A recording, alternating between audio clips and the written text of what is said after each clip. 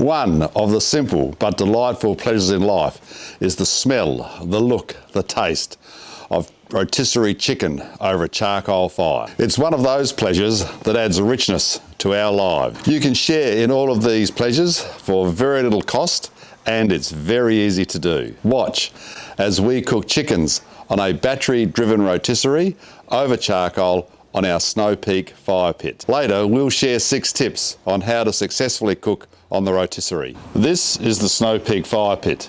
We've had it for about 5 years. It's a great piece of gear. We've had so many fires in it, both for warmth and for cooking. It's made from high quality stainless steel. It's never warped, even with the extreme heat we've had in it. I bought it from Drifta, and the link is in the comments below. If you have any thoughts about the SNOWPEAK fire pit, let me know in the comments section. This is my GasMate rotisserie. It operates on 2 D-cell batteries. I've used it twice. I'm about to use it for a 3rd time, and those batteries are still going. I don't know when they'll run out, but I always carry 2 spare ones, and it's very easy to change those batteries. They just live in this compartment here.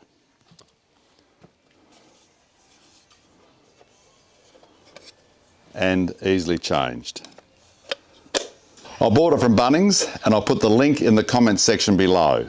These rotisserie brackets slot into the frame on the SNOWPEAK fire pit, and they will hold the rotisserie and the battery. I bought these from Quokka, and I'll put the link to them in the comments section below. This is the motor, the batteries are in here, this is the on-off switch, and one end of the rotisserie will go into that slot, and the motor will turn the rotisserie from that slot.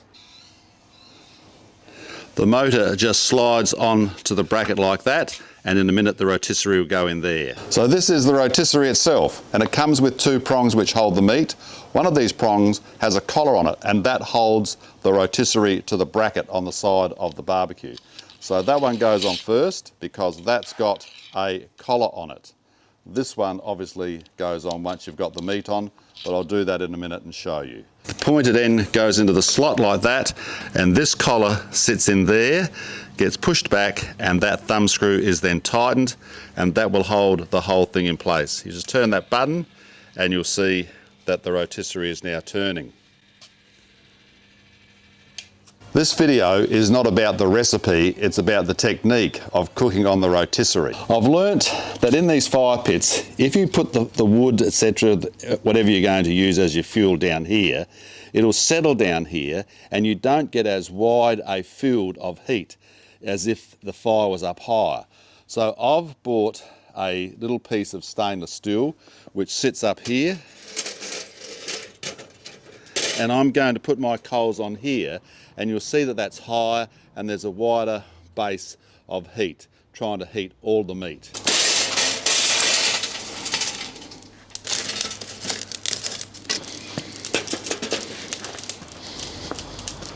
When you buy this rotisserie, the bar part comes in 4 parts. You'll see there's a join here.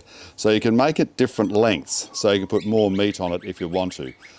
This length is the length that suits my fire pit. But I have heard that if you don't really tighten these, then they may well come undone in the cooking process because one end is in the motor, and if this doesn't turn properly and there's a little bit of looseness here, it unscrews.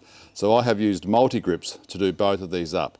Important to make sure they're tight before you start cooking. You'll notice that the motor is quite close to the coals, and I might be a little bit oversensitive, but I have noticed it gets warm, it doesn't get damaged, but I am going to wrap some alfoil around it, which I've done once before.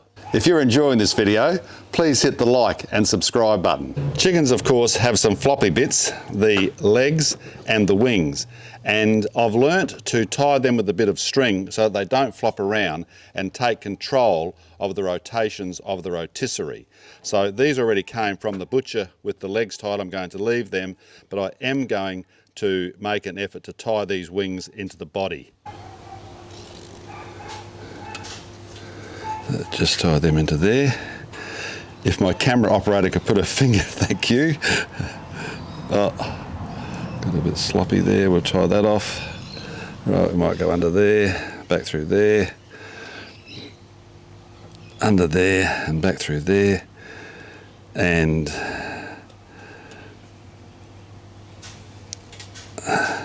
like so again.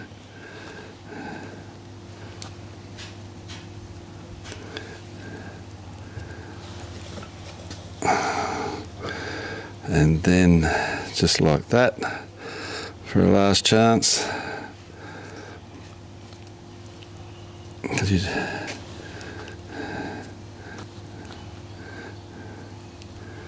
Okay, and we'll do the same with the other one. So there are 2 chickens, wings tied, legs tied, ready to go onto the rotisserie. So time to put the chickens on, and I'm going to put the rumps in the middle because I figure that is the thickest part of the chicken and needs to be closest to the heat to get cooked all the way through. So like so. And there they are, both on. Now, next step is it's really important, I've learnt, to get these prongs right into the flesh of the chicken. It's very hard to manoeuvre them once the cooking started. So I'll put them down here. Make sure I've got really good contact with the chickens.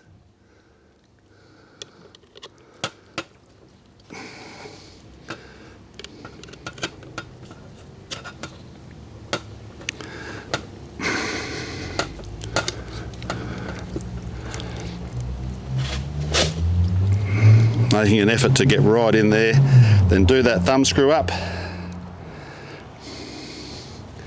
push him in, do that thumb screw up,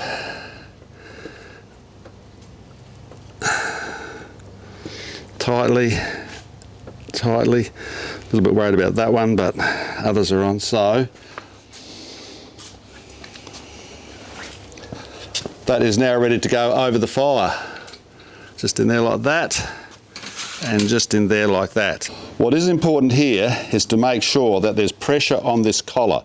So you pull this slot back, this little bit of framework, the Quokka framework, before you tighten up that thumb screw. That ensures that the whole thing works well. So now, just turn it on.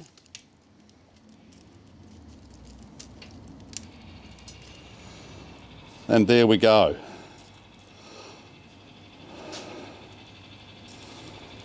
So now what I need to do is sit here, watch the fire, make sure that it's not too hot, not too cold, add a few bits of charcoal to keep it going, and watch the chickens cook. This is about an hour into the cooking process, and you can see that they do have a lovely colour about them.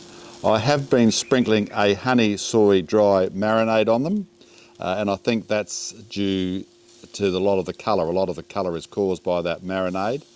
I have put a meat thermometer into them and they're at about 66, so I'm going to wait for about another 10 minutes and then try the thermometer again, but they just look delicious. You'll notice that I have spread the fire away from the middle. The middle got a little bit too hot, and this end down here is a little bit undercooked, so I've put some of the extra heat down there for a few more minutes. But I think it's going beautifully. For testing whether or not things are cooked either on my Weber or over my SNOWPEAK, I've bought myself a very cheap meat thermometer. It's just an Avanti meat thermometer. I think it was about $17, but it's done the trick for me so far. I'll show you what happens. I'll just put it in this, I'll put it in the chicken here, and if you can read that screen, you'll see that that's at about 70, 69, 68 degrees, so very close to cooked. Stop the motor, just unscrew the collar a little bit here to give it some, release the tension, and then using my multi grips, just pick it up and put it over here like that. I'll just undo that screw, and then I will take the prong out like so. One, and there's one chicken done. Just take that off. Ooh, that's hot. Take the next one off.